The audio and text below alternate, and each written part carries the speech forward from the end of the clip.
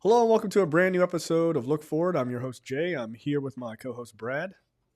Hold on, hold on. I'm in a secret group chat with the Department of Defense and various other people. Where we're discussing huge matters of the United States government. They don't know I'm in here, but they Oh, do. that's good. That's good. Yeah, Uh, my favorite one was the meme of like the two people up late night, like texting like "You up?" It's like I'm about to bomb the Houthis in Yemen. Like, all right, cool, thanks.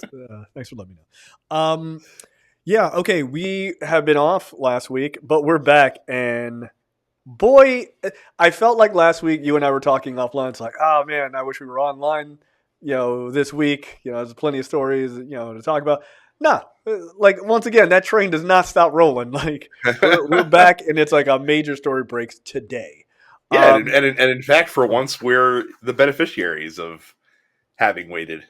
Yeah, yes, Jay and I were both sick last week. Sick of what's going on in the government right now. boom. Yeah, yeah, that's the type of sick. Good God. Yeah, so we're back. Look, before we get into the DoD adding look forward into their fucking signal group chat. Come on, guys, do it. We're sliding into their DMs, That's as right. the kids say. The DoD is sliding into our DMs. That's Um, right. Before we get to that story, because that's a huge one, let's talk about the Chuck Schumer fallout because it's the story we would have had a blast dunking on last week had we been here. Um, Look, so Chuck Schumer caves and decides to end cloture by voting with the continuing resolution. Him and 9 other Democrats in the Senate. So here's the funny thing. So timeline of events. So couple. So this happens last week. The week before, just like days prior, Chuck Schumer's talking to. So they pass this awful continuing resolution in the House. Barely gets by. It requires literally every Republican vote except for Thomas Massey, and one Democrat voted for it, Jared Golden of Maine, who's a piece of shit anyway. Yeah. Um, but Schumer's talking to the press. He's like, the Republicans don't have the votes to get past cloture. Like, I don't know what to tell them. Like they don't have the votes, so they're gonna need to engage in this process. And then like he wakes up days later, he's like, oh man, they don't have the votes. Like, I thought it I was can like, provide them. well, I thought it was like literally 24 hours. They're like, we're not I doing think it that. was a little bit more than that, but it's still like What a incredibly short amount of time to go from they don't have the votes to let me give them the votes. Now he wanted to make very distinct the fact that all of these him and these other 9 Democrats voted for was to vote to end cloture, which is basically ending debate on the bill, which the Democrats could have technically filibustered, and they didn't actually vote for the bill itself. He wanted to be very certain that he did not vote for the bill itself. But again, when the Republicans only need 50 votes to pass the bill, and they have 53, you don't have to vote on the bill itself to effectively get it passed. And his stated reasoning for doing this was, as bad as this continuing resolution is, and it's real bad, and it doesn't provide any accountability or oversight for Elon Musk and his goons dismantling the government, which would have been a major ask of the Democratic Party if they got involved in negotiations. It would have been somehow worse to formally shut down the government instead of just letting it happen in slow motion, essentially. Right. And look, I understand the impetus behind the argument, but Mhm. it's not a very good one in real life, right? Like in Well, and actual here's practice. the real undercutting of that argument. So I can't remember what union it is that covers like the majority of federal workers, but there's like one union that Hmm. covers most federal positions. And that union, so the people that would literally be the most impacted by a government shutdown because they literally would not be able to work if the federal government was shut down, they came out and said, "Yeah, we don't think you should vote for this CR. Like it's Yeah. fucking awful. We do not support it. Go ahead and shut the government down." Right. Like they were basically like, "Yeah, like Like, this hello. fucking blows." Yeah, Yeah. because they see what's happening right now. They are literally living in the chaos of Elon Musk Right, and the the day to Trump day shit. administration. Right. Right. So, like, again, I understand the impetus. Like, I understand Chuck Schumer's thought process, right? Which is, hey, if we shut down the government, we don't know what they're going to do. And like, all these people are not going to get paid and all this other stuff is not going to work. And here's my thing. I can understand your thought process. It does not mean I agree with it. And let me tell you, boy, do I not agree with it. Because this is a thing that has plagued the Democratic Party for decades. And it is as simple as understanding a time-honored film. Speed. Okay? Yeah, I do where you're going with this immediately. Right? Like, pop quiz, hotshot, shoot the hostage in the leg. Okay? Like, you have to at some point. We have been doing this thing where we have watched Republicans carry the American people over to the cliff. And they grab them by the arm and they dangle them there. And they're like, Democrats, you better give us what we want or we're going to kill this guy. We're going to fucking do it. We're going to drop this guy. We will. And Democrats run at the last minute and grab the arm of the Republicans and pull everyone back off the cliff. And what happens is all the American people go is, hey, man, I'm hanging on this cliff. And when after I like figure out what the fuck's going on and I open my eyes, the two people I see standing next to the cliff where I was being, dangled off of is the Republicans and the Democrats. So I assume you're both a part of this, right? That's all they see because, again, the American public has the memory of goldfish, right? This is like, love it or leave it. That's fucking true, right? Stop standing next to the cliff. If they want to go dangle the American public over the cliff, sometimes you're going to have to go, fucking do it. Go ahead. Just fucking do it. And then the American public, for better or for worse, gets to find out what the difference is between them and you. And you keep rescuing them from themselves. And they get to go, oh, look, the idiot Democrats are going to come and save the day at the end. And we get to negotiate and do whatever the fuck we want. Wait, we're going to shut down the government. You're ripping the government apart right now. As I said to you guys in our group chat that Pete Hegseth has obviously been added to. Like, there will be more of that throughout the entire show. As I said to you guys, look, you're literally making the argument, let me kill you today or I'm going to kill you tomorrow. Like, what is your threat? We're going to shut the government down. How many thousands of people, hundreds of thousands of American federal workers have you fired already? How many major parts of the American government have you ripped and destroyed already? You're already shutting it down in not so slow motion. Then go ahead and do it. Rip the fucking Band-Aid off and shut the government down. But they might do other shit. They're doing it in the daylight. What does it fucking matter? It's going to happen one way or the other.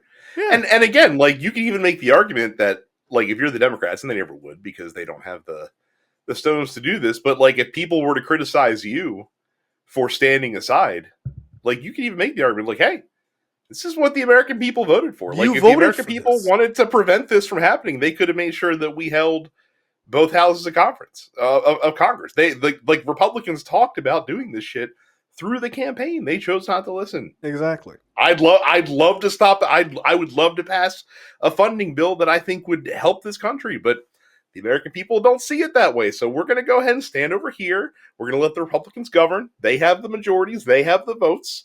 They have the vision of how the country should be correctly run, and we're going to let them. We're going to let them do their thing, right? And we'll be here to stop like the most egregious shit from happening.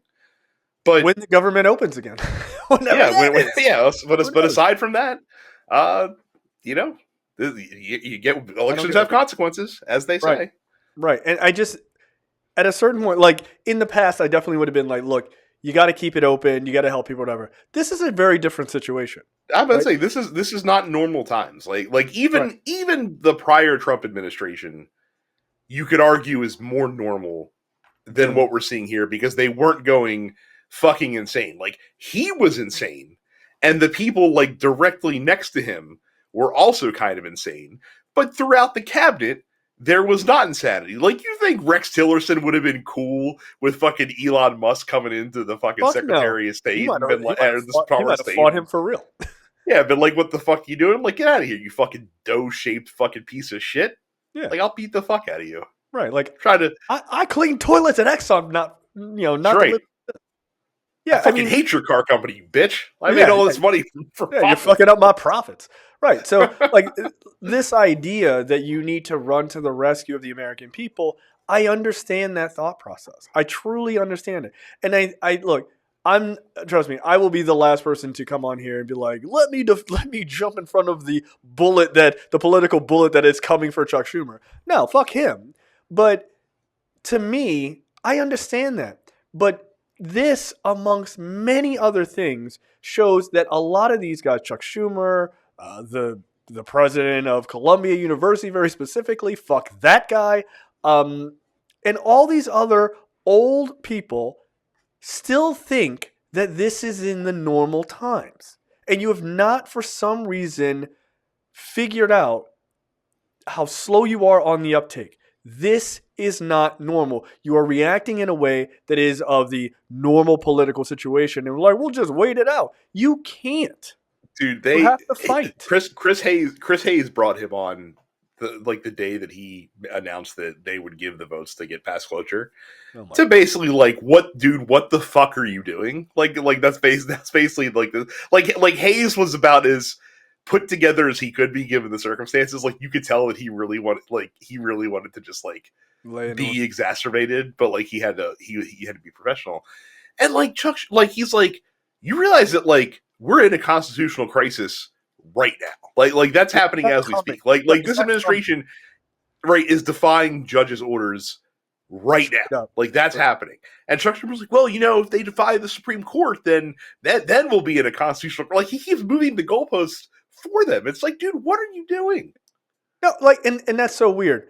If he violates the Supreme Court, then we're in an issue. They run the fucking court, man. Like, that will likely never be the issue. Is that the fucking line for you? Is that the president just outright ignoring the Supreme Court? By the way, he will if he needs to. You don't have to guess. I hate when people go, "Well, you don't know that." This one I think I could say with absolute certainty, I would bet your mother's fucking Social Security benefits on it that will 100% happen. And also, violating any judge's order is illegal. Like, it doesn't have to be the Supreme Court. It could be a fucking appellate order. Like, the process exists where it's like, oh, I disagree with this judge's order, I will appeal and let an appellate court. Why that exists? The case. That's how it's supposed to work, right? It's not just like, oh, fuck you until we get the appeal. Like, I'm just going to do whatever the fuck I want. Like, that's not how this fucking works. So, and by the way, when, like, slow moving as the judicial system is, and it is incredibly slow moving, that is where the administration is currently being stymied right now, because a lot of the shit that they're doing is getting in front of judges and as they're having the fucking door slammed on their face, and the rank and file attorneys, who are the actual people that staff areas like the Department of Justice and stuff like that, aren't going to go in front of a fucking judge and say some bullshit and just willfully defy a judge's fucking order, because there's actual consequences in real time. Yeah, you'll get fucking disbarred. Like, or you get held in contempt and get thrown in a fucking jail cell. So that's gonna happen there. And you literally have judges that are telling these fucking Trump attorneys, like you can see it in court transcripts, like, you're not going to fucking tell the public what's actually going on and then come over here and give me a completely different set of facts. Do you think I'm a fucking idiot? Well, they didn't say fucking, but do you think I'm stupid to fucking see this shit? And here's the other reason that the Schumer thing really pissed me off too, by the way. And I wanted to make sure I mentioned this. So obviously this shit got voted on in the House first, right? And basically Hakeem Jeffries did a fucking amazing job keeping the Democrats in the House united behind not giving this thing any support, except for fucking Jared Golden in Maine, right? So like Hakeem Jeffries did an amazing job doing this, including a lot of Democrats who got elected in Republican districts or more purple districts that might have a difficult primary challenge that they have to face in a couple of years, that potentially their constituents, if the government did shut down, could have thrown this vote in their fucking face. But they still took the vote anyway, because I guess Hakeem Jeffries thought like the Senate had his back to make sure this shit was going to be stopped from happening. And then Chuck Schumer hung all of those fucking guys out to dry. Yep. Like, we've seen Republicans do this shit before, and it's not fun when they do it either. But like the fucking weak sauce is like Chuck Schumer trying to be like, oh, it's different than the House vote, because if we had voted to stop this, the government actually would have shut down. Sorry, but like they Cool. hold Thanks, just bro. as much, right? Like they hold just as much, stake as you do in this shit. So like I said, the fact that you and Jeffries was pissed, by the way, because like literally a couple days later, when he was doing his press conference, one of the reporters asked him, they're like, "Hey, do you think the Senate needs new leadership in the Democratic side?" And his response to that was, "Next question." I saw that. They do. They do. Yeah. I'm sorry. They do.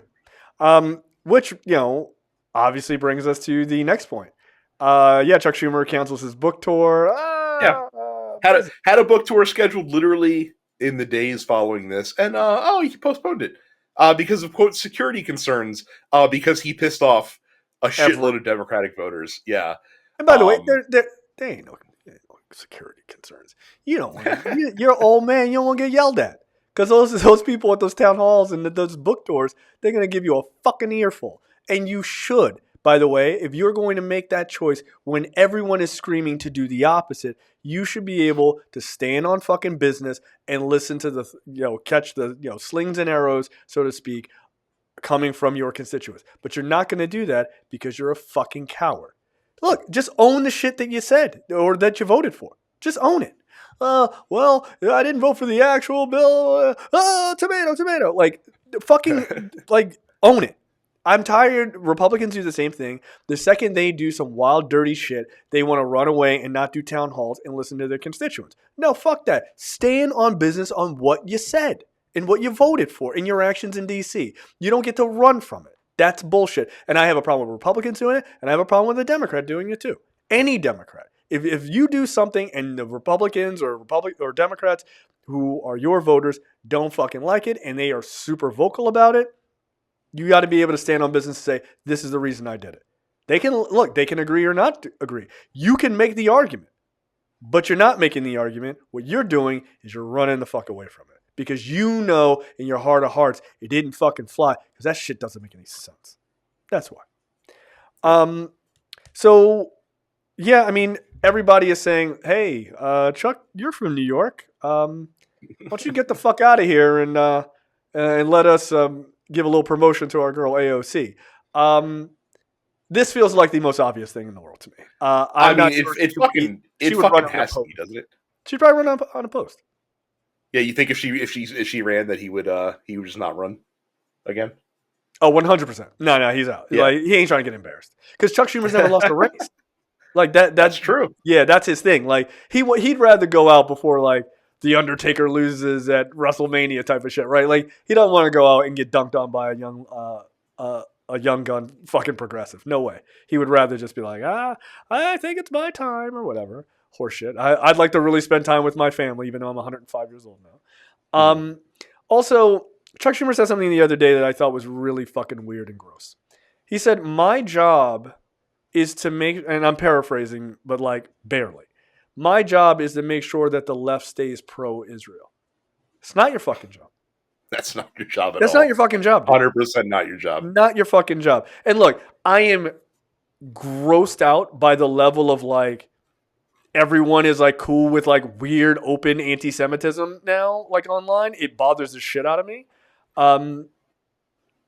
And I'm not like all Jews are Israel and Israel's all Jews. Fucking nonsense. It's like that's a government of a bunch of people who are pieces of shit, right? But that's not all Jewish people. But your job isn't to make sure the left stays pro-Israel. Your job is to do right by your constituents who are Americans. Now, and to be even more fair, his job as the Senate minority leader is to make sure that his party wins elections in the Senate, that his party's positions are well represented in the Senate. Now, he may think that position needs to be emphatically pro-Israel. I would argue that the position needs to be emphatically pro-citizen out in Israel, whether that's Israeli citizens or Palestinian citizens. Yeah, okay. Like your job is to be against the fucking egresses of the Israeli government and against the terrorist acts of Hamas. That's your fucking job, not to pick one side or the other. Right. In that conflict. Yeah, your job is to call it fucking balls and strikes for normal people there. right? Like if we're going to get into foreign entanglements, then you're not supposed to stand on the side of like, hey, it's those guys versus innocent people, or it's those innocent people versus the other innocent people. That's fucking stupid, and it helps no one. So, yeah, I thought that was a really shithead statement. And look, part of the reason we're here is not the full reason, obviously. There's a lot more. But part of the reason we're here is because of the fucking war that's going on in the Gaza Strip, right? That really threw a fucking massive wrench into this election the last time. It just did. Like, it's still throwing wrenches into it. Yeah. And to come out and make that statement, I'm like, because I know there is sentiment inside a lot of the Jewish community, because I know a lot of folks in the Jewish community who are, politically left, but feel like some people on the left are, not standing with them. But I'm like, they're not standing with the Israeli government. And I think a lot of it gets mucked up in rhetoric online versus like, they're all bad. It's like, okay, again, that's a fucking government. That's like saying Americans are all bad because we have a fucking shithead president right now. Like, there's plenty of people who do not agree with that guy, right? Like, I would in fact say the majority of people right, do not exactly. agree with that guy. The vast majority. So, yeah, what is it? I wouldn't go that far. Well, no. What is it? They did a survey. What is a vast majority, Jay? Well, fair enough. But there was some survey. I mean, take it with a grain of salt. But it was a survey of like people who did not vote. Generally, right here, go fuck yourselves. Oh, fuck those assholes! I don't want to hear jack shit from them. Yeah, well, I have an opinion. Really, do you? Thanks. Where was it a couple of months ago? Maybe you should have fucking expressed it in November 2024. Yeah, then we wouldn't be in this mess. Yeah, but it was like a survey, and basically it came back. It was like Trump's disapproval with non-voters was like 85-15. Where the fuck were you?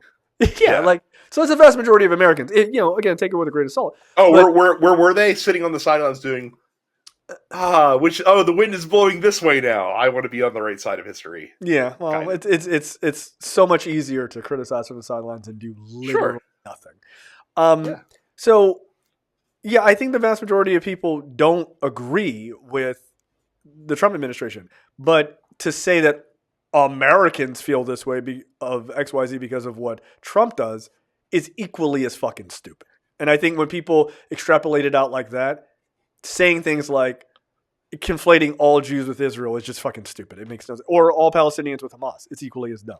It's weird. You have to try to approach these things with a level of nuance. The dreaded word that we don't like to say on the show. It is in so politics. In politics, it truly is the real N word. It's the true N word. In political circles, you're literally not allowed to say it with a hard E. So this, of course, gives the moment to AOC, right? Like she is taking the ball and fucking running with it. And you know what? I think she's ready. Yeah, and she's going on a barnstorming tour right now with Bernie Sanders in tons of different cities, including getting 30,000 people to show up to a rally in Denver. Now, not that Denver is some fucking conservative stronghold, but still, like, it's not like her and Bernie are running for anything right now. Or Bernie Sanders has probably run the last election Bernie Sanders is going to run in his life. Like, I can't imagine he's going to. I hope so. Yeah, he's going to fucking show up again at 88 to represent Vermont again. And AOC technically is not running for anything right now either. Certainly not running for anything in Denver, Colorado. But yet they still got 30,000 people to show up. And again, like we've talked about this before, and I can't express it enough. The reason that people gravitate towards her and people like Bernie Sanders is because they are genuine. Because when they speak, even if you don't agree with 100% of what they say, you know that they mean it. Like, you know that they believe in what they're saying, that they have convictions that are unwavering, which, differs very much from a guy like Chuck Schumer, who seems willing to, oscillate based on what he thinks the right answer is. Chuck Schumer also, by the way, said, hey, like, basically to call off people that are criticizing him, hey, like, I also win elections. I would point out that came from the Senate minority leader. Right. Yeah, Chuck that's Schumer. a wild take. I Right. kick ass. When? When was the last time? Could you bring it Yeah. up? Well, I mean, sure, you did. You did a You couple did a years bunch. ago. Yeah. Yeah, All absolutely. right. And But what have you done lately for me, Charles? yeah. So Unfortunately, in politics, you are literally only as good as your last as your last election. So. that is ask Michael Steele, right? Like, so yeah, it's a wild situation with the CR and Chuck Schumer. I think it's his time to go. I think you just announce like, oh, I mean, you don't have to announce it whenever his time is up. Just don't run again. Oh, I think he's up. I'm pretty sure he's up in 26.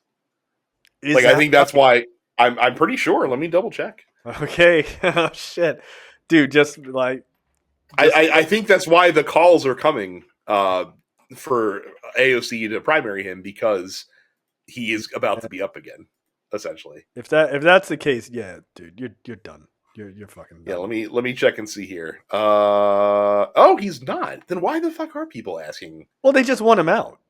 They I just, know, but it's gonna take some time when is he to up? get there.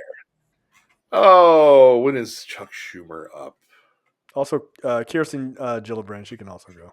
By the way. Yeah, absolutely. Didn't she also vote for this shit as well? Yep, she certainly did. The two. Well, I guess he must be up in 2028 then. Yeah, and then look, that's fine. That's So. fine. I mean, you can leave now, bro. Like, you don't have like, don't You do could. us any favors. Just fucking. Yeah, he is up in 2028. That's curious. I would have really assumed that he was up next year, No, considering I didn't think all so. of the No, I think full-throated people. talk. Yeah, Okay. people just wanted. Like, people don't really know. I don't think people really know like how many years a senator is and all. They're like, it's every 2 years. It's not. So like, I think they were just like, just get out, right now. How And old people is also Chuck think they can Schumer? just Chuck pressure. Schumer. Chuck Schumer is 74. It means he'll be 78 when he runs again. We don't need him to run again. It's a little too old. For me. I wouldn't have cared what you could have told me he was 24. I wouldn't have given a shit.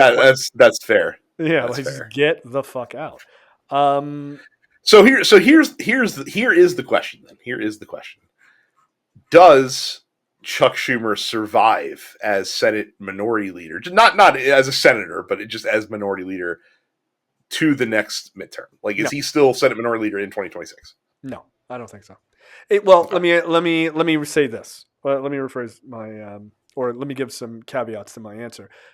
He is if the midterm is fully focused on like getting Democrats in, and it's just like a fucking fever pitch. And like sometimes in those fever pitches, people aren't paying attention to the margins, right? They're just get in the fucking house or something, please, for the love of God. Turn the faucet of hell off. Unfortunately, he is doing literally everything he can to make himself the main character on social media every single day. Right, now. dude. Just fucking sign off. Just Stop posting. Stop posting through it. Yeah, like you cannot win people back over on this. So it depends on what the focus is. If the focus gets like crazy of like, will we have midterms? Will we not have midterms? Like then people's hard focus is on like the fucking nuts of it, of what that potential fight is with Republicans. If it is a quote unquote semi-normal race, I don't think that it will be, incidentally. Mm-hmm. Then I think people are going to be like, yeah, knives out, motherfucker. Like you're done here, right? But that's it. That's a sort of intra-party thing. So it all depends. It depends on if Democrats have a good night and it's like, oh shit, like we got the House back or what have you, and we're feeling pretty good. Maybe people are just like, all right, let's just move forward. But if they win and people are like, all right, that was great. Now let's move some shit around. And some people like who've won races or secured themselves a little bit better and feel a little bit more confident. Yeah, knives out for him. And they'll get him out of that fucking position. Look, I think they should anyway. I mean, they could. I mean, again, like you're it's what, 74 years that, old? It's time to fucking go. Yeah, the people that decide who the leader is of your party in the Senate is the fucking senators themselves. And I think I read somewhere that if 10 of them basically were to be like, hey, we need to vote again on this because I don't have I'm not feeling it, feeling Chuck Schumer. I don't feel like he's the dude right now. Then they can vote on it. Whether that comes to pass or not, we'll see. It does take 10 people that are willing to kind of put themselves out there a little bit and be like, hey. Yeah. Who's the replacement then, in your opinion? Chris Murphy.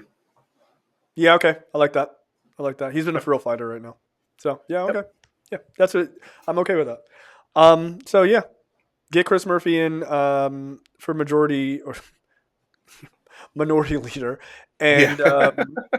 and and then AOC fucking goes for it in 2028. Look, here's the thing with AOC before we take a break and move on. Um, I really liked AOC when she came in. She was what, Mhm. 29, fucking young, firebrand, progressive.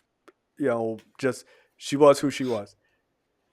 And over the years, she did a lot of things that I actually did not agree with because I didn't think that she kind of understood how to play the game in DC because there is still a game, right? It's about being truthful to who you are and everything else, but there is also the sort of the machinations of what it is to be in Congress, right? You can't Mhm. burn every fucking bridge because you do need these people, even if they're insufferable pieces of shit. You still need them as a coalition to move forward together. There are no true individuals in the Senate and in the House.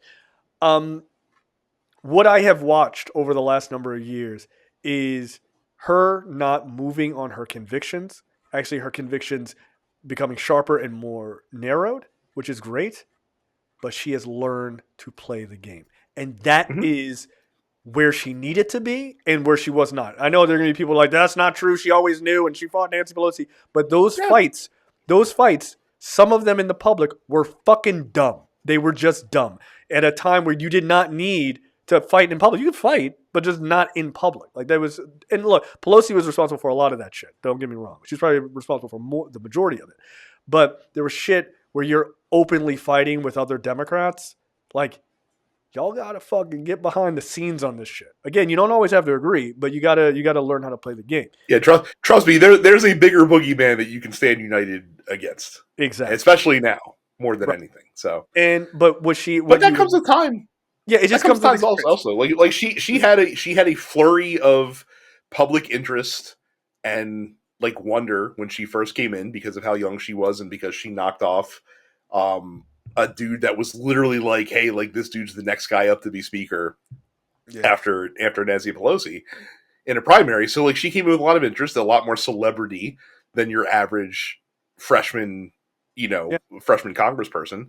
So yeah, like she was under like it's kind of like a blue chip rookie coming into the pros in their first season. They have a lot of scrutiny put on them, and so like if they stumble a little bit or if they don't quite live up to expectations, like there's a lot more scrutiny than your average rookie who can usually come in and just kind of slide in, be a Right. little bit more on notice. So Right.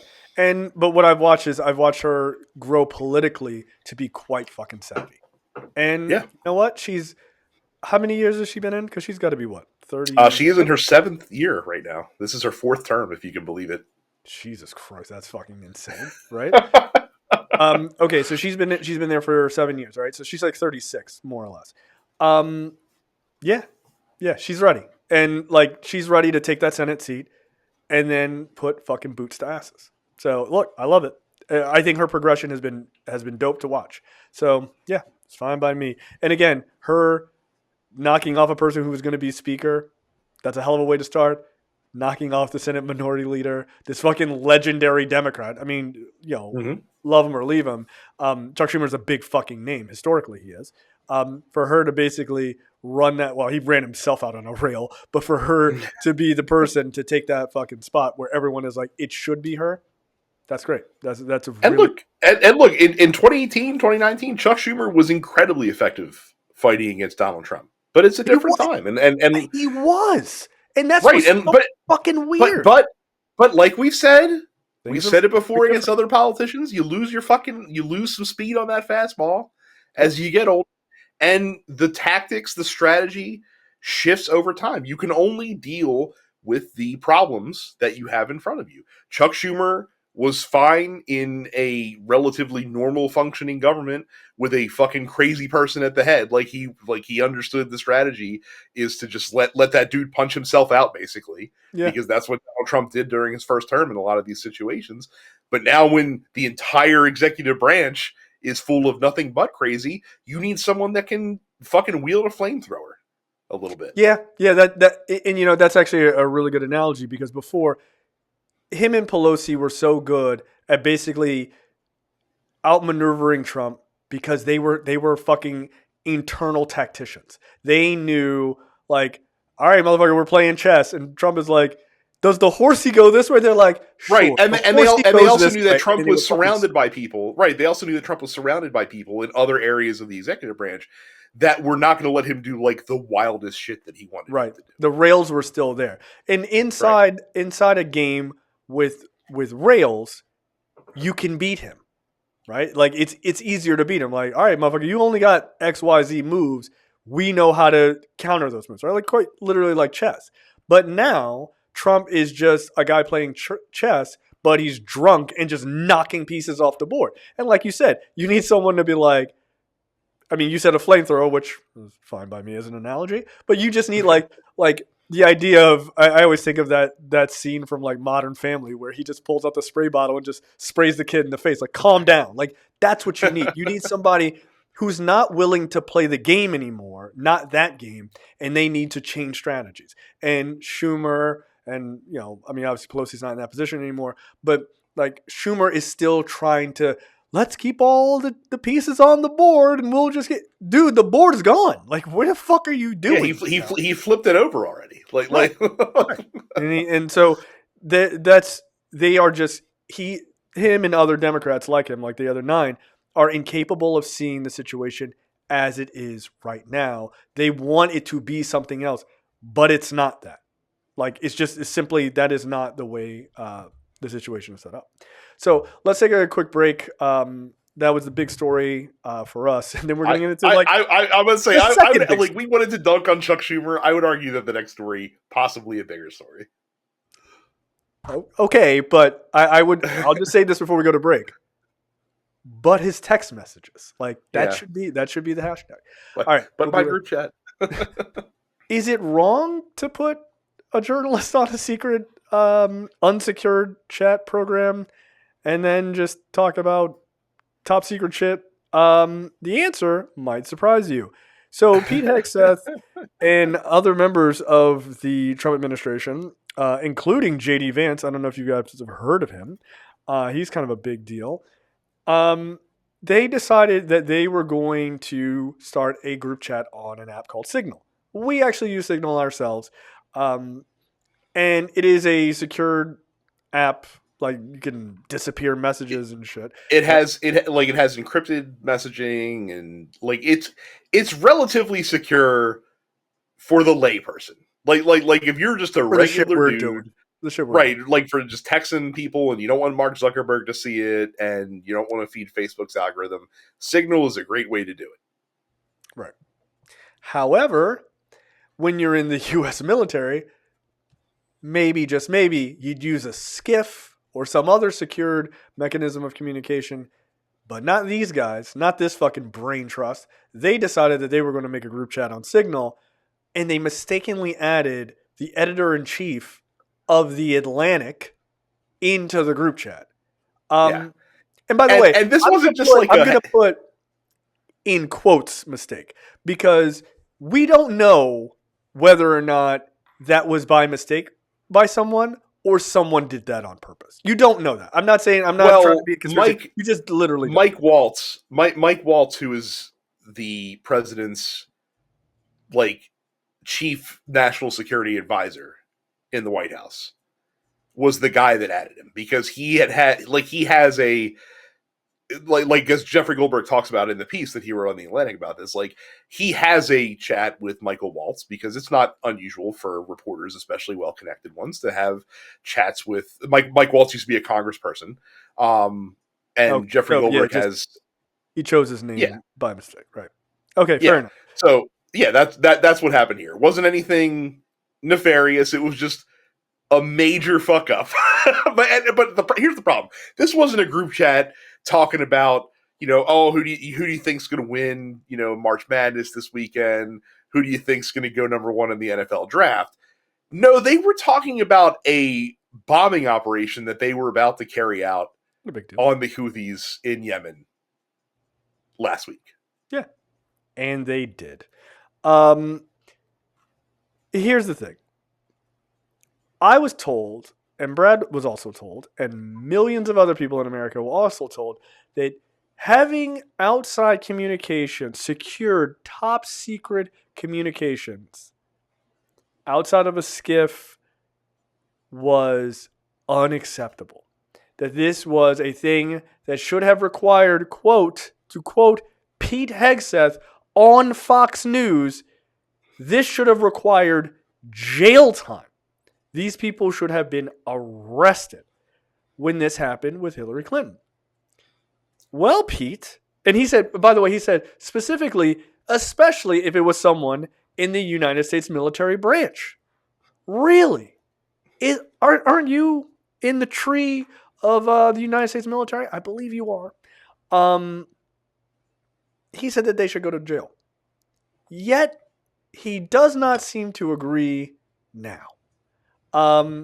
Weird. It's weird that he's not consistent in his principles. Yeah, that he established so firmly back in 2016. So my very first question to all of this, and I ask it completely rhetorically: why wouldn't you use a skiff? Why would you use an outside device to have these communications? Because this is top secret shit. Well, the answer, Jay, thanks for asking, is because they want all of this shit off book. Because they don't want to be able to have anyone pull this shit and say, you said X, Y, Z. We want a FOIA review of this. Although they destroyed FOIA, by the way, in case you were unaware of that. But in the future, we don't want anyone to be able to go back and look at what we did or said, because we're going to put this on this messaging app and no one will be the wiser. That is the reason to use that. There is no other reason. You're not going to tell me, oh, Signal is more effective on the fucking iPhone than a skiff or whatever. No, it's so that you can hide the shit that you say and no one has any idea.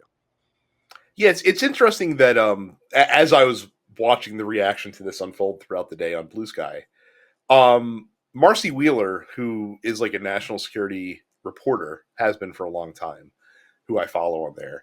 The first question that she asked was like, hey, there's a bunch of questions that I would want answered if I were, if I were the Democrats about this. The first question she asked is, hey, how is this group chat going to be preserved for the Presidential Records Act, which is legally required to preserve any executive branch communications for posterity, and to Jay's point, to make sure that you are doing some fucking shady shit outside of the normal channels of communication, which is number one. Like there's so much to unpack here. Like it's insane how much stuff there is to unpack here.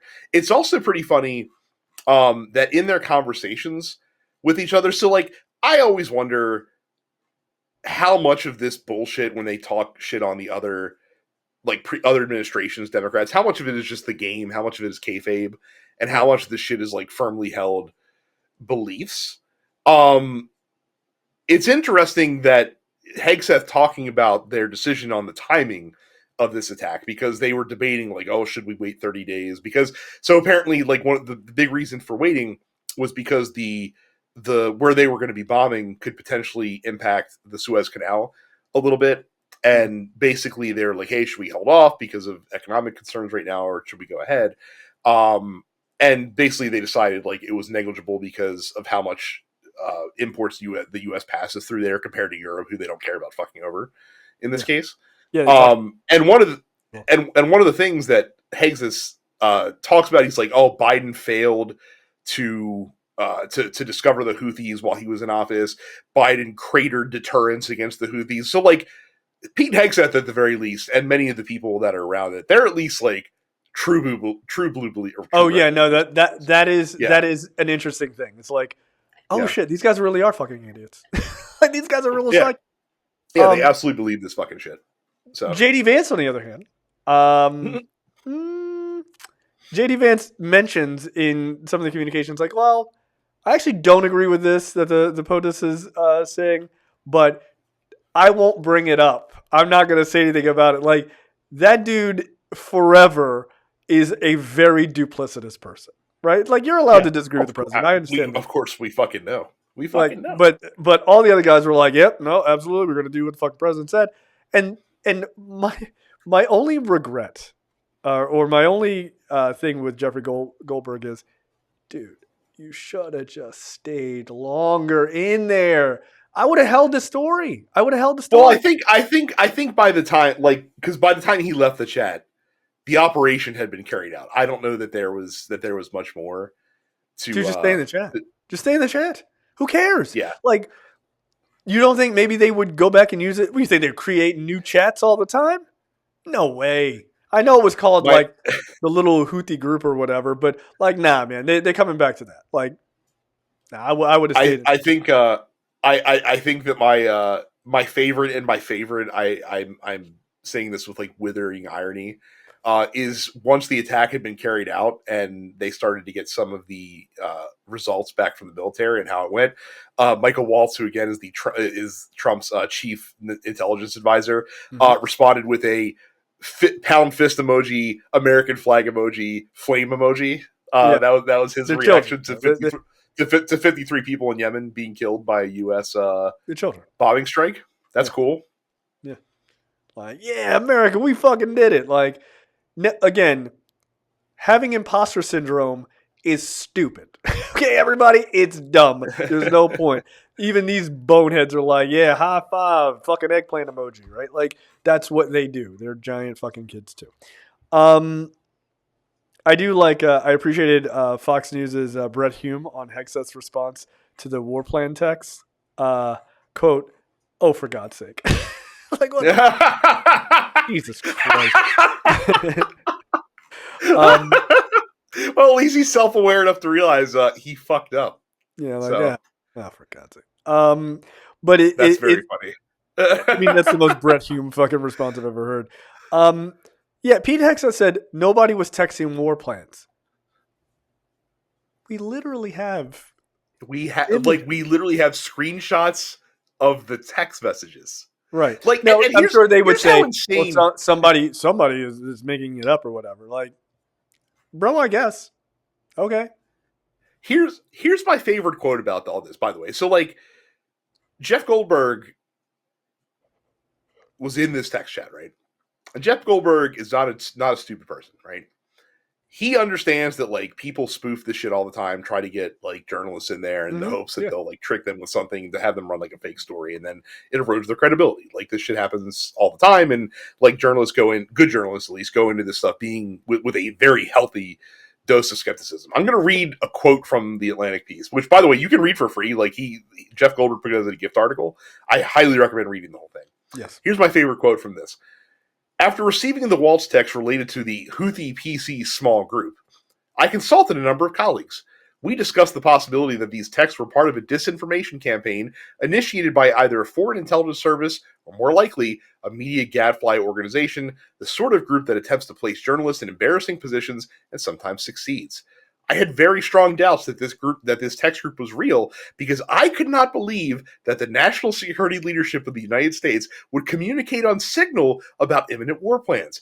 I also cannot believe that the national security advisor to the president would be so reckless as to include the editor-in-chief of The Atlantic in such discussions with senior U.S. officials up to and including the vice president. I mean, that just says it all. That just fucking says it all. I thought it was too fucking stupid for these guys to do it. Surely that wasn't true. Oh shit, it's true. Wow. And here's the best part about the reaction to this. Like, so people were wondering, like, obviously the immediate aftermath of the shock of just like, oh my God, like, I can't believe this fucking happened. These guys are the most incompetent fucking losers on the face of the planet. Never forget that, by the way, that no matter how nefarious these guys' plans are, they're not very smart. And that will ultimately probably doom them in the end. But everyone's curious, like, well, as the dust settles, I'm very curious to see how the right wing is gonna respond to this happening. And people, I think, assumed that they would kind of keep their powder dry and not maybe wait a day to kind of get a narrative aligned before we went out there. but they did not. People, No. especially on Fox News, were running as fast as they could to purport a counter narrative, which is, well, if anything, this just shows how competent the leadership is within the government as you see them carry out this operation in a very professional manner. Again, fist emoji, American flag emoji, flame emoji. Like very, Right. very professional, very, very confident. Right. So, Okay. Like, I'm not arguing. Like, and Pete Hegseth's response was really fucking bullshit, which was to immediately attack Jeffrey Goldberg and be like, sure. "Oh, this guy is." And Trump did the same thing today. Like, "Oh, this guy." Trump does the classic thing of, "I don't know anything about this. I haven't heard anything about this." Like, really? You're the president of the United States. This is the biggest fucking news today that there was a massive leak from your top guys. You haven't heard about it. Really? Hey, how about you pull the putter out of your ass for 9 seconds and pay attention to the fucking news? One, you watch the news all day. You're obsessed. That's all you do is watch Fox. Yeah. Right. Like the idea that you haven't heard. I was on the toilet having executive time. I hadn't heard about it. So that's nonsense, right? They go to Pete Hegseth and he's like, he immediately attacks Jeffrey Goldberg, of course, but then he says, our troops did an amazing job. Blah, blah, blah. Oh, is it about the troops now? No one's talking about whether troops were competent and did their job. That's not the argument. The argument is that you, of all by people, the way, do you really have to pat the troops on the back for fucking flying a fucking drone over an area and bombing it? Like, okay, cool, yeah. The two fucking people who remote controlled that drone sure hit their target well. Right. Good job by you. Yeah, bro, they didn't take a beach by hand. Like, relax. And not that flying a drone is easy. It's a very non-human interface. Okay, like right. Buzz, boom. All right, we'll head on back. So all of that being said, he comes out and he's like, he attacks Jeffrey Goldberg, and then he immediately says, "Oh, he basically is like, our troops are great. You shouldn't attack the troops." And it's like, no one's attacking troops. Dude, no one even said troops. Like, except for you guys during this fucking text message. But it's a classic play, which is attack, and then defend by putting said group that they actually ultimately don't really give a fuck about, using them as a fucking human shield, right? But it's like, well, they're trying to play it off like it's not a big deal. It's a fucking because they know it's a big deal. Right. Like in any competent like in any, I don't want to say competent because they're obviously incompetent, but in any like serious, if the people involved in this were like serious people, at the very least, Mike Waltz would be like, "Yeah, I gotta resign." Like I had in this. Yeah, none of these guys are gonna resign in this top secret chat, and Pete Hegseth should probably resign. 100%.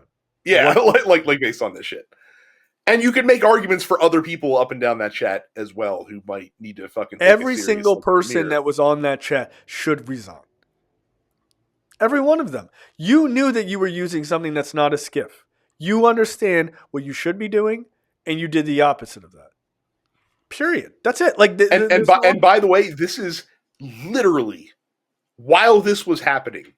The Department of Defense, if anyone missed it, was sticking their fucking chest out this weekend, being like, "Oh, we are fucking going after OPSEC. Like, we are going after people who are just accidentally leaking shit out, not being careful with confidential information. Like, we are going to fucking hammer them to the wall."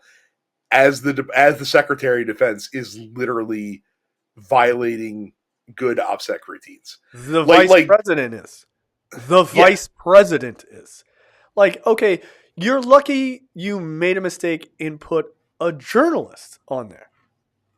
Like, a serious journalist. A serious journalist. What if you put one of these OAN fucking dickheads on there or something like that? Right? Like, what if you did? It's possible. Yeah, you're lucky you had somebody with some level of fucking integrity. But, of course, Trump is like, the Atlantic, not a very good magazine. I hear it's failing. They don't really do good news. All right, cool. So you didn't hear anything about the story? All right, so we just ad hominem attacks? All right, cool. Got it. Yeah. I'm glad you're here. This is really worth it. All right. Next up, smart Democrats are stepping up in districts where the GOP representatives have bailed on them by not doing any town halls. false. We kind of talked about this earlier when we Will were this talking matter? You think this moves the needle at all? I don't. I mean, voters are stupid, so probably not. Yeah, like I don't. Look, do I think it's a good thing to do? Yes. Do I think it moves the Oh, needle? No. yeah. Yeah. Again, I think it could move the needle if you are a Democrat who is thinking about primarying that person in the upcoming election. Like if you're someone who's thinking about running, and you're just like, hey, I'm going to run for the seat in a couple of years. I'll do a town hall. I want to hear what you guys have to say. Like that I think would be effective. Yeah, but Bernie Sanders that's a nobody. But that's a nobody trying to do that. Sure, also true. Yeah, also I mean, if you would have to, if you could team up with an established Democrat, then I would say that could be super effective. Because that would be like me saying like, all right, I'll have a town hall. Well, who the fuck is this guy? Fuck this guy. Like, who cares? But at the same time, look, I like the sentiment of it, right? I like the idea of like, hey, these motherfuckers aren't coming up and standing up to listen to you. We will. It feels like I really do understand it, but it feels like those people want to come to fucking scream on and dunk on Republicans. They're not really. Oh, they do. Yeah, they do, but they're not really there to have a rah-rah fest with the other side. You know what I mean? Because these are disaffected Republicans. And I guess Democrats too. So you're not really reaching Democrats because other Democrats are like, yeah, I fucking hate this guy who's my representative already. And disaffected Republicans, I mean, I hate to say it, but your fucking track record for voting properly is pretty poor. So I'm not. Yeah. And again, I'm not saying. I guess your hope is if you're doing this right to just keep fanning the flames to make sure that it stays lit into next year, so that like you can remind Republicans like, hey, remember when you were pissed off back in April, like back in early 2020, 2025? You're still pissed off now, right? Like you can make a different choice. Yeah. Yeah. I am extremely skeptical that white conservatives will ever fucking learn a lesson. I just hate to say that. Like I don't know, because I don't know how bad it needs to get for especially white conservatives to go, hey, where my nose was hurts because I keep trying to cut it off to spite my face. I don't really care if they vote for Democrats. I'm perfectly happy with them just staying home. Like as long as Democrats turn out and non-affiliated voters vote blue, and if Republicans they're like, oh, I'm not fucking voting for this guy who fucked me over, but I'm also not voting for a fucking Democrat. Good, stay home. I don't care. Like just don't fucking vote. Yeah, no, that's fair. That's fair for this dude. So I mean, it's just, but I hear you, and I actually don't disagree in the short term, but in the long term, it's not enough. I don't think it secures enough to just have other disaffected people who just don't want to vote. I think you need to pull people to you. And look, when you're running a campaign, that is super fucking hard to do. The better thing is to drive turnout of people who already agree with you. And we'll talk about this later because I added the story about Lutnick, which I think is incredibly emblematic of where we're going. I think there's a difficulty in trying to get people who are disaffected with the other party to kind of pull to your side. I think it's just really, really hard. It depends on who you are and who you run. Like you and I and Andy talked earlier today. So a surprising announcement that came out this morning, and unfortunately got buried by the by the NatSec story dropping. Kat Abuzela, for those that don't know, she is a TikToker, basically, like a left wing TikTok person who used to work for Media Matters. She's done some work with Zateo as well, Mehdi Hassan's outlet, and she's been what she's very good at is she's very good at taking very complex issues and talking about them in a way that normal people can understand. That's why she gained a following on TikTok. She's running for Congress. Yeah. In this next election cycle, and she's running a very ambitious campaign in that she is basically like her kind of stated position is like, hey, I'm not waiting to be in office to start helping people. Like, we're going to use some campaign contributions to donate to towards these like programs and stuff like that. Like, that's one of the things that she is doing. And she's going to run. She's like, hey, like, I'm not going to spam you with text messages just with my hand out for money. And like we're not going to do the shit that people have been yelling about. And what's interesting about it is that she's running in Illinois' 9th district, which is currently occupied by a progressive Democrat who's been like a legit fucking progressive in Congress for many years. The downside is that she's fucking 80, like, and probably needs to fucking you gotta go. Yeah, you gotta go.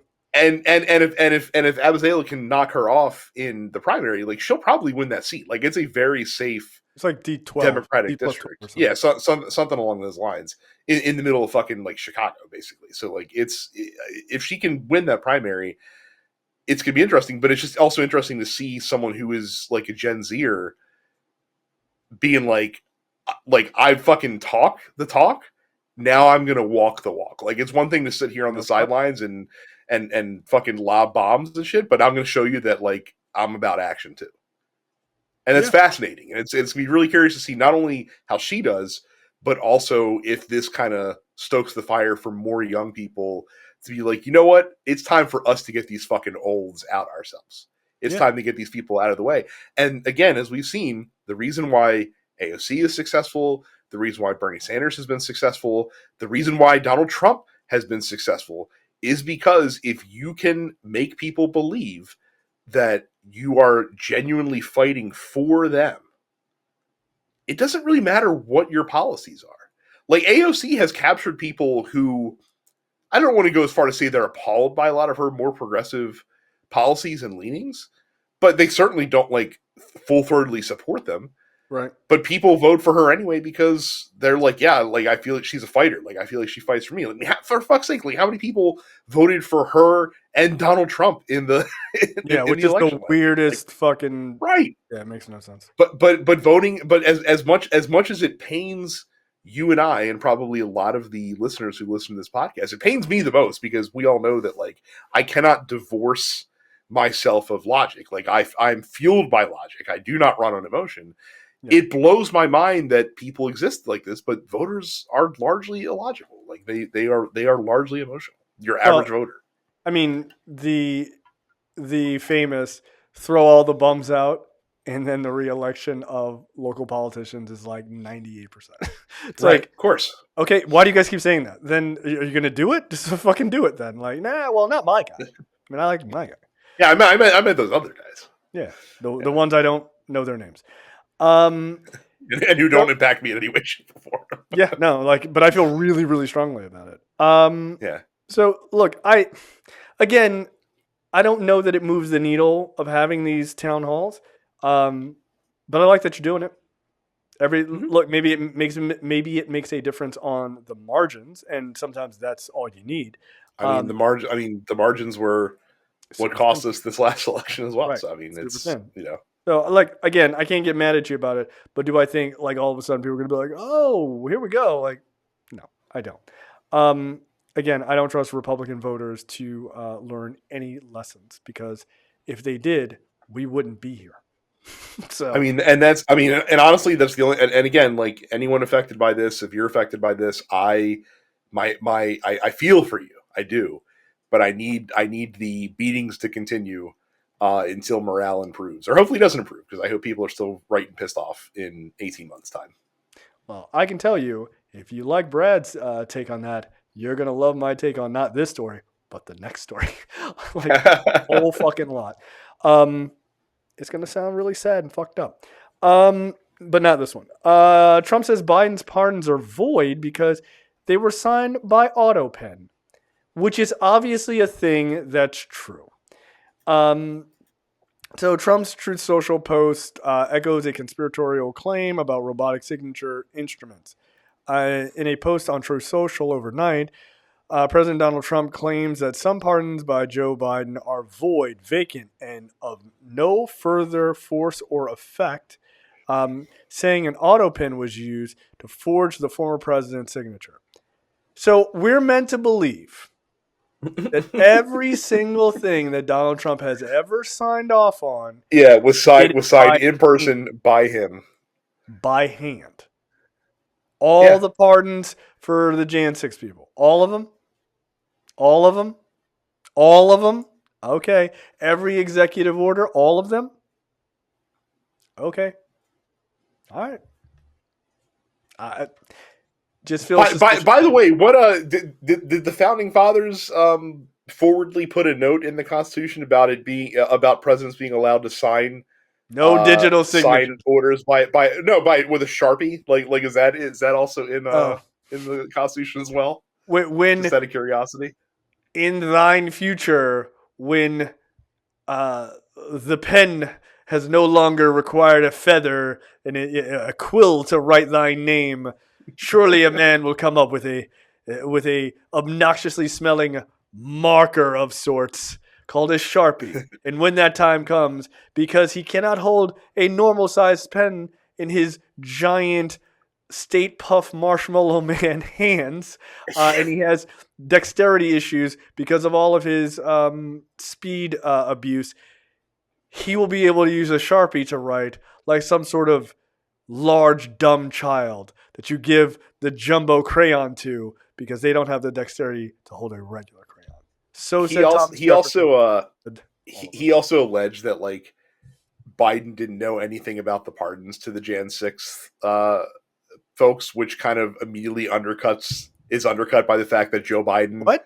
literally talked about it in front of cameras, like, "Hey, I'm doing this because I'm afraid that Trump might just go after them just for political retribution's sake." Wait. Yeah. Yeah. Guys, I hate to say this. He's like Biden didn't even know what was going on with these things. Guys, I hate to say this, and I know it's not, people don't want to admit it. Joe Biden is old, and Joe Biden has lost a lot of speed on his fastball.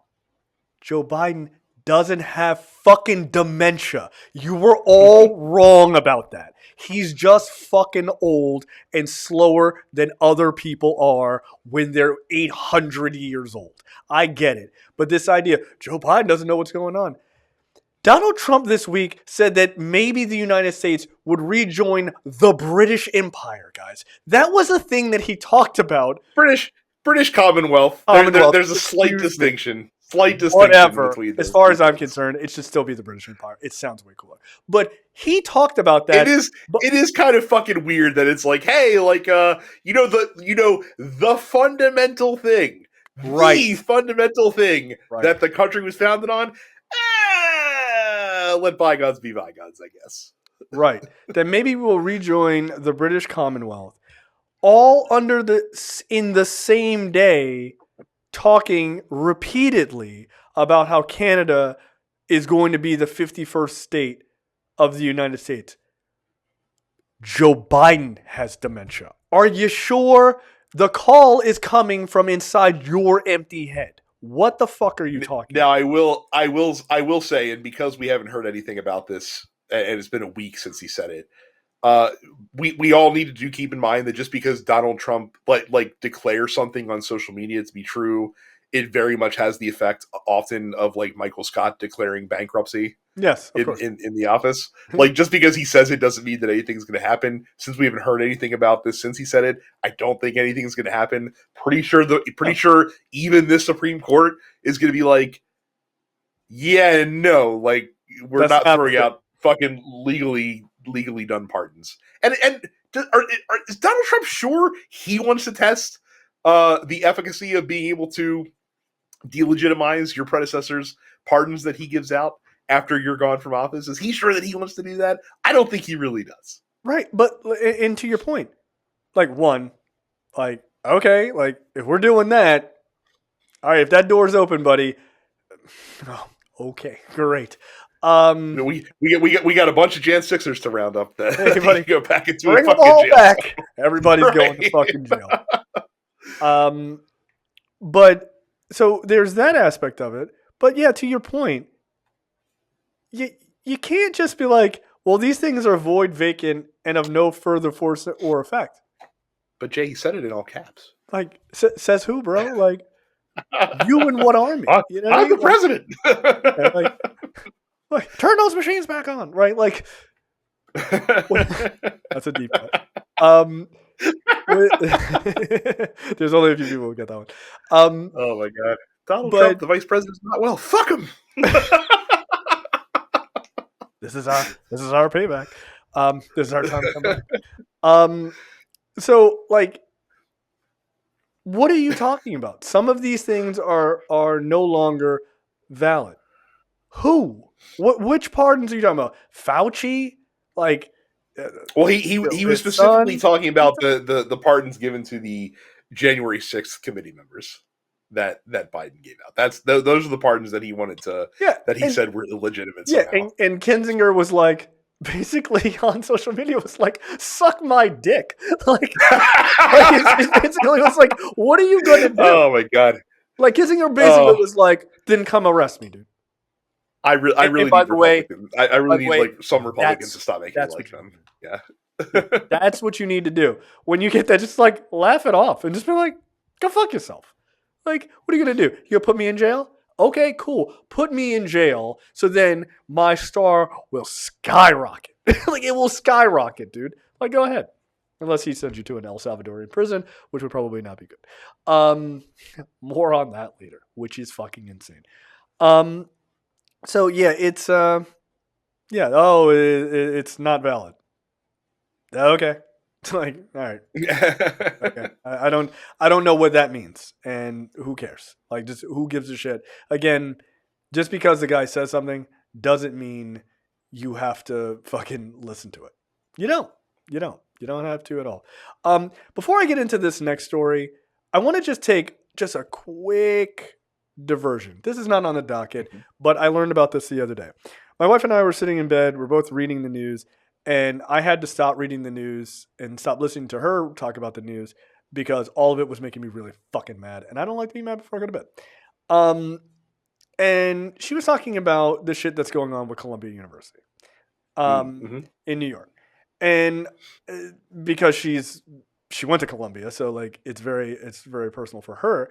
And basically Columbia's like, all right, we're going to fucking bend the knee because Donald Trump is pressuring us and basically saying they're going to take like $400 million away from school and federal funding, even though the school has like massive endowments, but just like all this shit to just make the school's life a living hell. Now, the current president of Columbia University is like a temporary president, I believe, as they're trying to find somebody. And this person, him and the board immediately fucking bent the knee. Oh, okay, Donald Trump. All right, of course.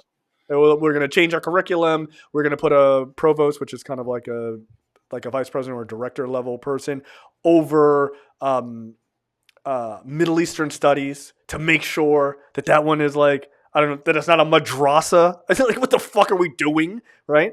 So it's insane, right? That program's been there for fucking years. But why $400 million? And this is the part that's so fucking wild. I don't know if you've heard this story. So I haven't, so yeah, go ahead and enlighten me. It will shock you to know that the reason it's like $400 and something million is the world's pettiest reason, right? So he says, "Oh, I'm going to take this $400 million away from you." Okay. The reason is because when Donald Trump, way before he got into politics, Donald Trump owns a big part of New York, like this one area of New York. Oh, holy shit! Did he want to buy? No, he tried to sell it. He tried to sell it to Columbia because he wanted to sell this piece of land to Columbia because Columbia wanted to expand. And like where Columbia University is, like you either kind of expand out by the water or into this other, what is it? Like towards Washington Heights, I think it is. And so he's like, "Hey, I have this big plot of land. You can buy it from me and call it Columbia Prime." And they're like, "Okay, how much do you want for it?" And he's like, $400 million. And they're like, "Okay, well, we're going to get our guy in to survey it. We're going to get some, to do some appraisal, and we'll get back to you." Well, the appraisal for like $100 million. And so they're like, "No, that's, we're good. Thank you. No, thank you." And he offered it like They did this big meeting with him. Apparently, Trump was late. There was like a whole article about it. Trump was late to the meeting. They came and said, "Hey, actually, our appraisal is like $100 million. So we're not going to do it." What he gets pissed at the meeting. He's like, "Oh, fuck you, blah blah blah blah." Gets pissed at them. Two students write an article about the president of Columbia University. I don't know if it was like a negative article or something like that. Donald Trump, and they mention this deal that he had turned down. Donald Trump read their article. I guess they wrote it for the Columbia paper or whatever. He found out about their article. He didn't read it, but he found out about it. He sent them like gold embossed like response letter that had like, I think it was like the submitted contract that he had like submitted to them, or to buy the land and everything.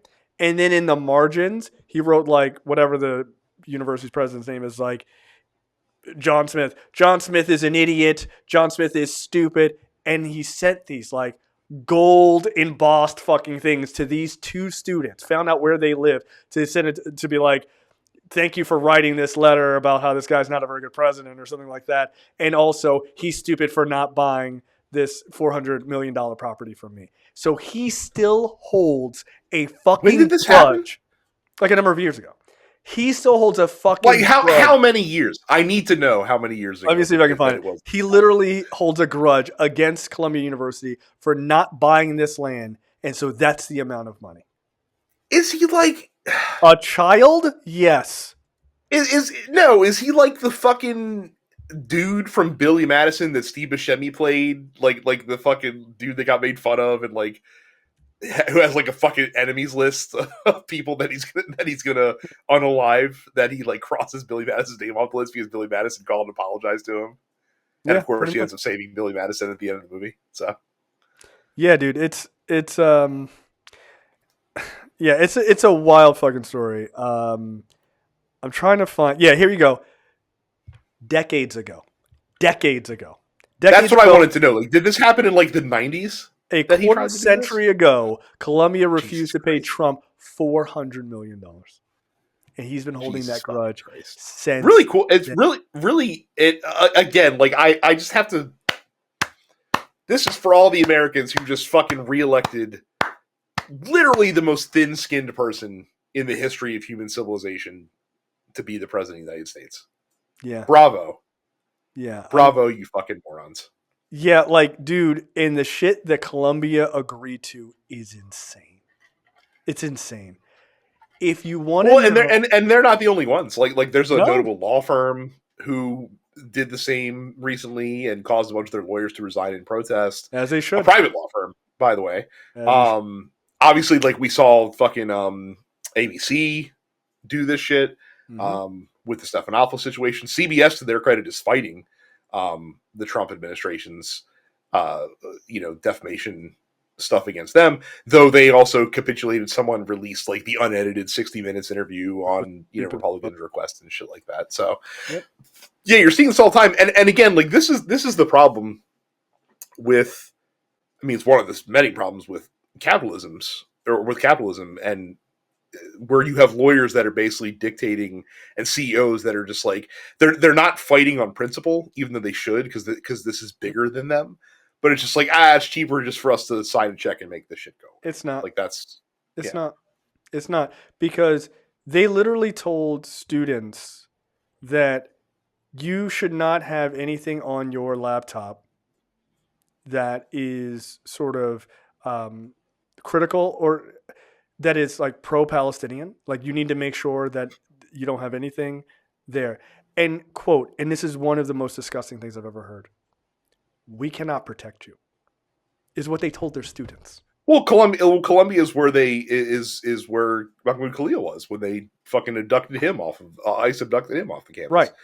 And have some fucking balls. Like when I was talking to my wife about this the other night, I said, "Listen, people often think about where would I be in these historical moments? Like, what would I have done if I was back during World War II or during slavery or like what would have been my stance? In this moment right now, there are plenty of you're finding out. You're finding out, but there are plenty of. It's very easy to say, what would I have done if I was in fucking Germany during 1939, right? Like that's an easy one to do. More on that later. That's a very easy one to do. Yeah, turns out you would have did what all the Germans did. A whole lot of nothing. Yeah, a whole lot of nothing. Fucking, right? As Bill Burr says, doing a whole lot of nothing, sitting there on your fucking L-shaped couch, just tweeting. Oh, this is great. So when I think about that, and people often say that about a lot of historical events, here's the one for the universities. People look back. What would I have done if I was around during the questions to divest during South African apartheid in the United States? This is what you would have done. You wouldn't have done anything, and you would have just kept investing in an apartheid state because you're a bunch of fucking cowards. That's what you would have done. Well, but again, here is the benefit of a free enterprise. If you are in high school and you're on track to be able to be accepted to an Ivy League university, you go to Columbia? Yeah, don't. Probably go not. to a different college. And see, when they say, oh, well, it only costs us $400 million. But see, it doesn't only cost you $400 million because now student enrollment will drop. And by the way, that's what the right wants. They want to destroy. They've said it quite openly. They want to destroy these institutions. So when you bend the knee, you're not bending the knee for 2 minutes. You're bending the knee, or to the tune of $400 million. You're bending the knee to the destruction of a fucking historic college. A college that was designed to be a fucking beacon as one of the best colleges in the country. Well, and plus now you are and you're also now a scalp that this administration can hang on their fucking mantle, so that when they go after the next university, Columbia, they fucking got Columbia. I don't want to fuck with this. That shit. And they go over the next one, and they go over the next one, and then all of a sudden, every university you're not allowed to have any pro-Palestinian outward displays in anywhere in the country. Good, cool First Amendment we got there. Yeah, be a shame if something happened to it. Yeah. So that was just my aside about Columbia University. I thought you would find that story that fucking a quarter of a century ago, this petty bitch didn't get what he wanted. So then he decided that he would hold them to that when he had power. But again, the alpha male serious guys are fucking back. Really? The tough guy's back? Is that why he held that fucking grudge? Because they wouldn't buy his overpriced fucking property? Isn't like one of the whole fucking Bible bullshit thing, turn the other cheek or on some shit like that? I remember hearing that somewhere. Yeah, or it's easier for a camel to fit into the eye of a needle than a rich man to make it into heaven. That's one of the ones in the book. It's not even that far in the back. I think it's like in the center. I mean, I don't know. Might even be in the New Testament. The only one they actually count. So yeah, New Testament. Well, no, they love the Old Testament. Like, except that like they like parts of the Old Testament. They like to conveniently ignore other parts of the Old Testament. No gays, unlimited shrimp. Hell yeah, dude. Jesus loves seafood. So it's cool. Like Jesus loves shellfish. Everyone knows that. Okay, that's the end of the free portion for this week's episode of Look Forward. Make sure you go to lookforwardshow.com/premium. Sign up for premium content. It's only $5 a month or $50 for the full year.